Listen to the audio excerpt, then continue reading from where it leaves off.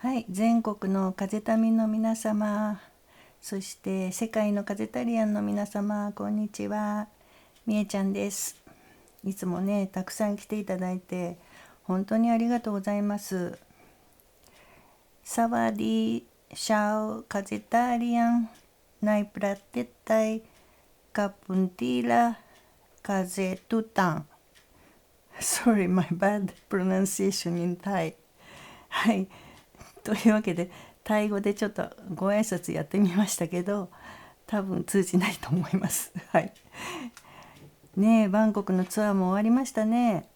今回はなんか紫色のねつなぎでしたね。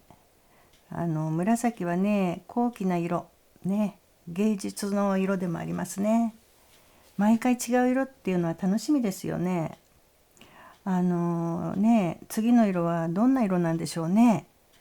どんな色がいいかなってね、花の歌詞思い出しますけど、9カ国でしたっけね、巡りますから9色かな。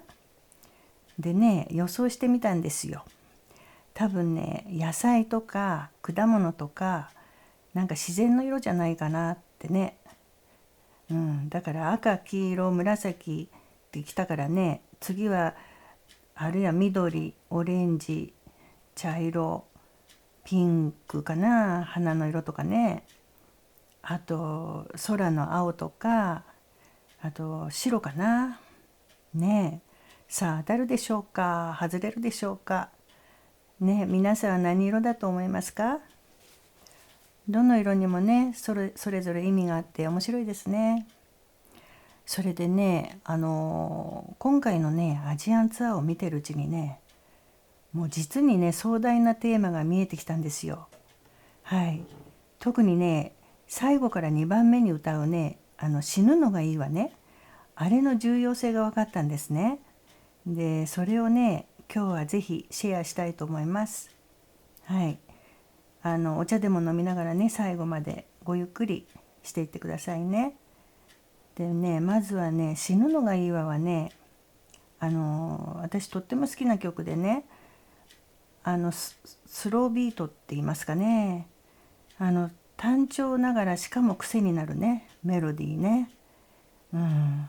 こう風さんがねくねくねと体を動かしたりね、這いずり回ったりするアートな表現が全て好きですね。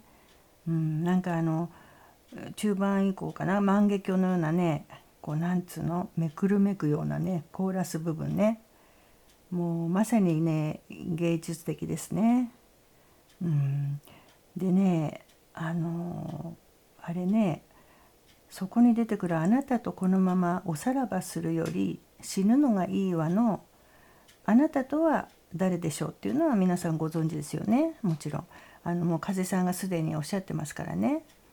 あなたとは自分の中にいる自分にとって大切な人ね、それなしでは死んだも同然って言ってますね。だからもちろんこの場合のあなたっていうのはハイヤーセルフ、真が大いなる自分とかね、本当の自分とか神とか宇宙の根源とかいうね、言葉で表される存在のことですね。じゃあね、この指切り玄満ね、ほらでも吹いたら針でも何でも飲ませていただきマンデーなんてね、物騒ぎなことを言っている側の私とは誰でしょうかね。はい。考えたことあります？この私がキーなんですよね。でね、それは次の歌詞でわかるんですね。鏡よ鏡よ、この世で一番ね、変わることのない愛をくれるのは誰ってね。つまりこの歌の主人公、私は鏡に向かって質問してるんですね。鏡に映るのはもちろん自分自身だよね、ほら。でね、だからもう一人の自分との対話だっていうことになりますよね。要するに一人の人間の中にいるあなたへもう一人の私が話していることになりますね。そしてね、歌詞を見るともう針でも何でも飲んでやるとかね、おさらばするなら死ぬとかね、歌いながらね、のた打ち回るように動きますよね。もうメラメラ燃えるね、情念とかね、嫉妬とかね、独占欲とかね、もう体全体で歌いながらね、風さんはそういったドロドロの感情を表現してるんですね。時々こうセクシーなね動きもしてね、なんていうかね、情欲みたいなものもね表現してますね。でこれが歌詞の私そのものなんですね。私の姿そのものなんです。つまりね、この私っていうのはエゴ、ね、自我そのものなんですよ。そしてね、このあなたがね、真我、つまりもう一人の理想的な自分ということですね。でね、ここでね、私ちょっとふと思い出したことがあってね、花岡修平さんっていう方がいらっしゃるんですけど、もしご存知の方いたらね嬉しいんですけど、その方はね、いわゆる各社真実が分かった人ってことですね。でずっともう私の終わりっていうねブログを昔書いていたんですよ。で私それが好きで読んでたんですけど、ブログはね残念ながらご自身が閉鎖しちゃったんですね、途中で。でもあまりに素晴らしい内容だったので、それをね保存してる方がいてね、今でもね読むことはできるんですね。でこの花岡さんって方はね無償でやってたんですね。よくね人を集めてね小金取ったりして教えるんじゃなくて、ブログだけでね悩める人に答えていて、私は本物だと思ったんですね。なんかご本人はね質素なね自給自足に近いね暮らしをされてたようなんです。でね、なぜね花岡さんのことを持ち出したかっていうとね、ネットでね花岡修平で検索すれば出てきますので、もしご興味ありましたらね検索してみてください。同姓同名の方も出てきますけど、本物、ね、の花岡修平さん、ここねプリントアウトして私保存してんですけど、大事に読んでんですけども、私の終わりというねタイトルがついてるのですぐわかると思います。まあね、本物の人はねなかなか目立たないんですよね。でね、どうしてね花岡さんのことを言うかって言いますと、その花岡さんの言葉がね風さんの歌詞ともうとてもシンクロしてるんですよ。真我についてですね。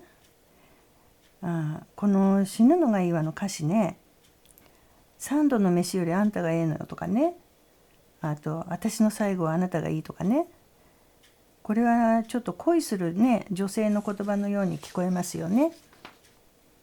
花岡さんはね真我についてねこう書いてるんですよ。恋人に会いに行くように会いに行きなさいと、そしてその愛をいただきなさいと言ってるんですね。恋焦がれているなら会いに行かないでどうしますと、その手に抱かれなさい、その愛に満たされなさい。まさにね死ぬのがいいわの歌詞みたいなんですよ。そしてね真我とはね無条件の愛であって、受け取ればあなたは溢れてくるのはただ感謝だけになるでしょうと、神の実在を確信するに至るでしょう。すべてはそれであることを知るでしょうと言ってるんですね。そしてね花岡さんはこう言ってるんですよ。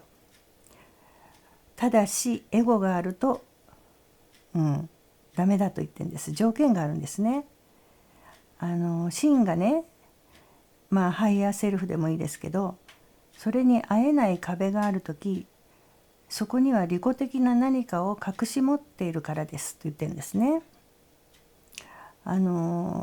かけらの一つもですよ、隠しておかないよう、エゴを消さずともエゴから自由でいなさいって言ってます。そしてねこれが死ぬのがいいわの答えなんですね。だと私は思ってるんですよ。私、つまりねエゴの方の自分が死ななければ、もう一人のね大切な自分である真我とはなれないからなんですね。はい。人間というのはね、エゴをね完全に消すことはできませんからね。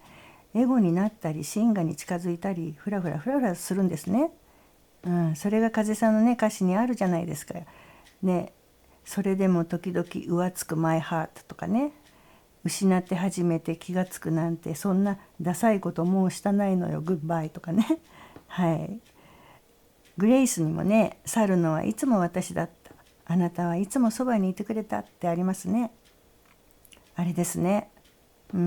風さんの曲にはね、真我に近づきながらまたそこから離れてしまって後悔するっていう歌詞があちこちにあるんですね。でこの曲でもね、真我を見つけたと思ったらね、またエゴが勝ってね、ふらふらと真我を裏切ったかと思うと、また三度の飯より大好きだって言うんですね。でね、花岡さんはね、エゴを消す必要はありません。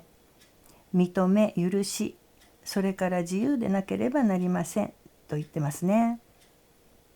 それでね、私好きなこのインドの聖者ね、ラマナ・マハルシって書いてあります。マハリシっていうのは本当なんですけど、こういう方いますけどね、優しいね綺麗な目してるでしょ。でこの人はね、この方もね、あなたの不幸の原因は人生の中にあるのではありませんと、不幸の原因はあなたの自我にあると言ってるんですね。でこの人はね、もう真我を実現してずっと真我として生きた人なんですね。なかなか普通ねそこまでいかれないんだけれどもね。でね、この自我のね執念深さっていうのはねものすごいんですね。でそれがね、この死ぬのがいいわにもう恐ろしいぐらい表現されてるんですね。その恐ろしさとともにね、その魅力っていうかね、もうエゴはねいろんな魅力的な罠を仕掛けてくるんですよ。そういうふうにね、罠にね引っかからないでほしいんですね。例えばね、最近はまず自分を許しましょうとかね、自分を好きになりましょうとか、自分を愛すれば人も愛せるようになるなんていうね、ちょっとお気楽なね幸福論みたいのが流行ってるんですけど、それもいいんですけどね、私あれはねよっぽど注意しないと自我の上塗りになる可能性が高いと思ってるんですね。なぜならですよ、わざわざ愛そうとしなくても、もともと人間はこの自分ね、この体である自分がもう愛してるんですよ。もう大好きなんです。いや、自分だけを愛してるんですね。もう自分が可愛くて仕方ないんですよ。もう自分を嫌いだっていう人ほどね、自分に固執してるんですね。はい、そうなんですよ。もう人はどうでもいいんですね。ただね、自分がいかにエゴいかね、それに気づいてないんですね。良かれと思ってるんですよ。だからね、自分が可愛いうちはね苦しむんですね。はい。エゴを持ったままではね人は愛せないのでね。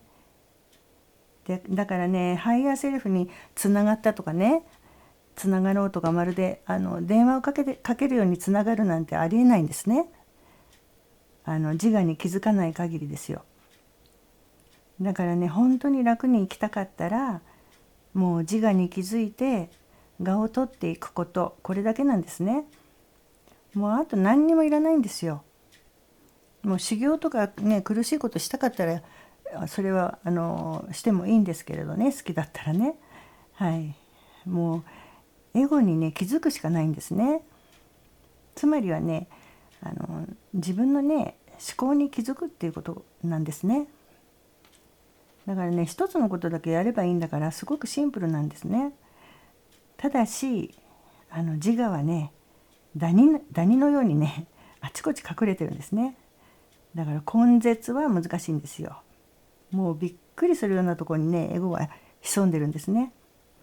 例えばねボランティアなんかもね究極的には自分のためなんですね。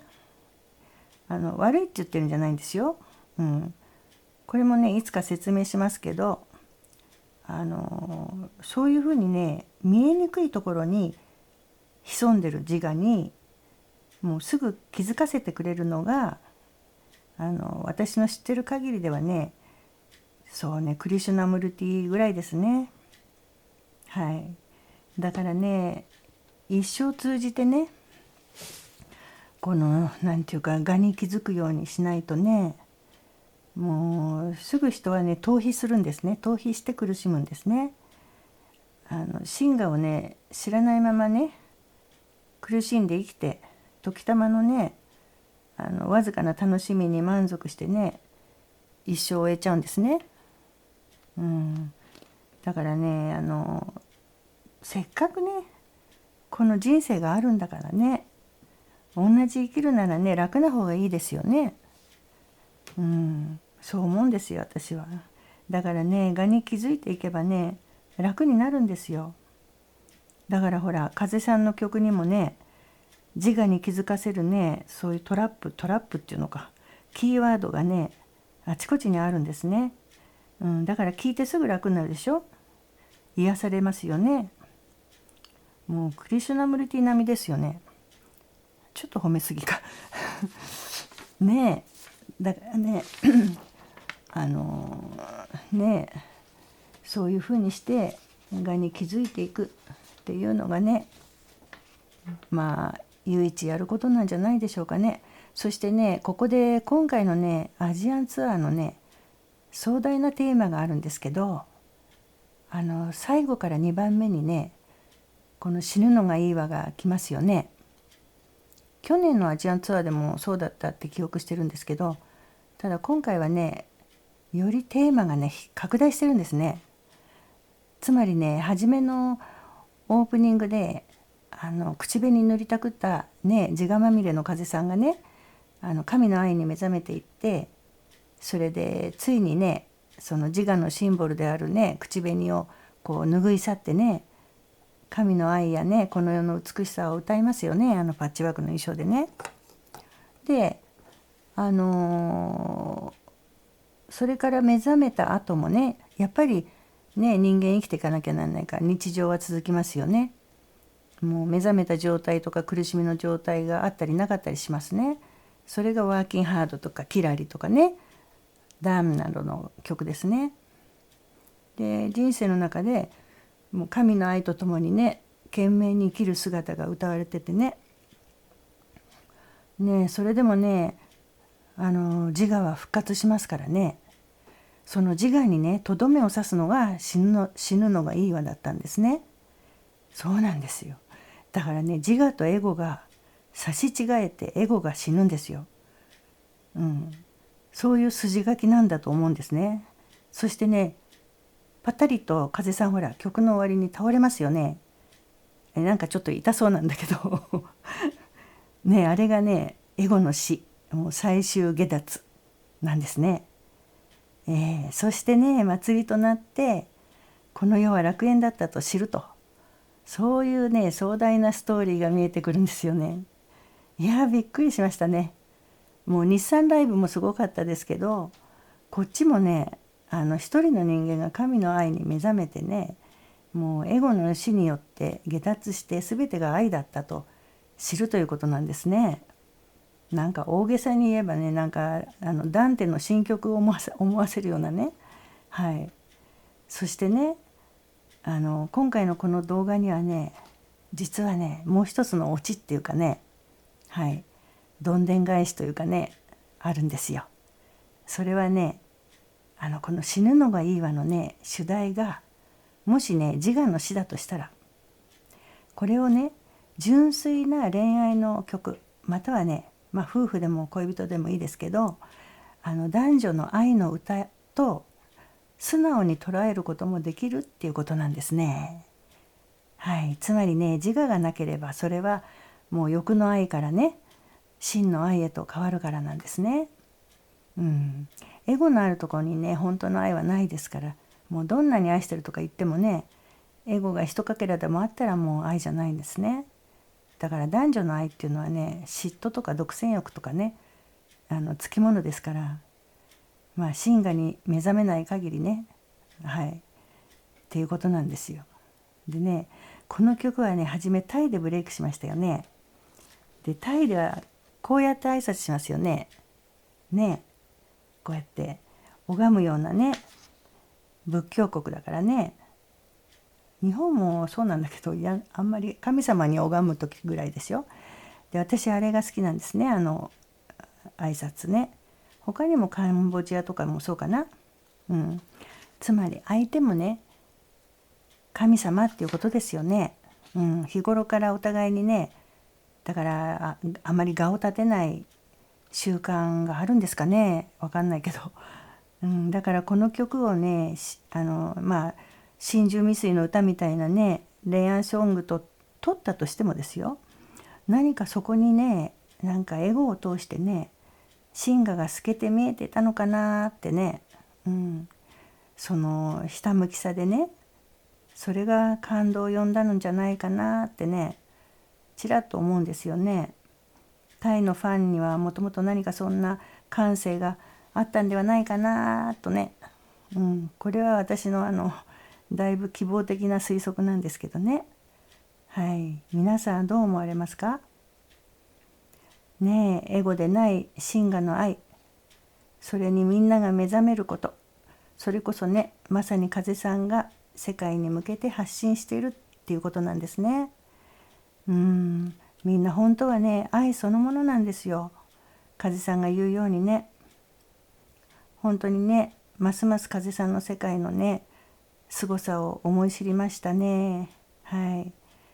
でコメントでもね、風さんがね日本を去ったら悲しいっていうねお声があるんですけど、私もそれ聞くとね胸が痛むんですけど、こんだけねすごいことやれる人ですからね、私はむしろ楽しみの方が大きいですね。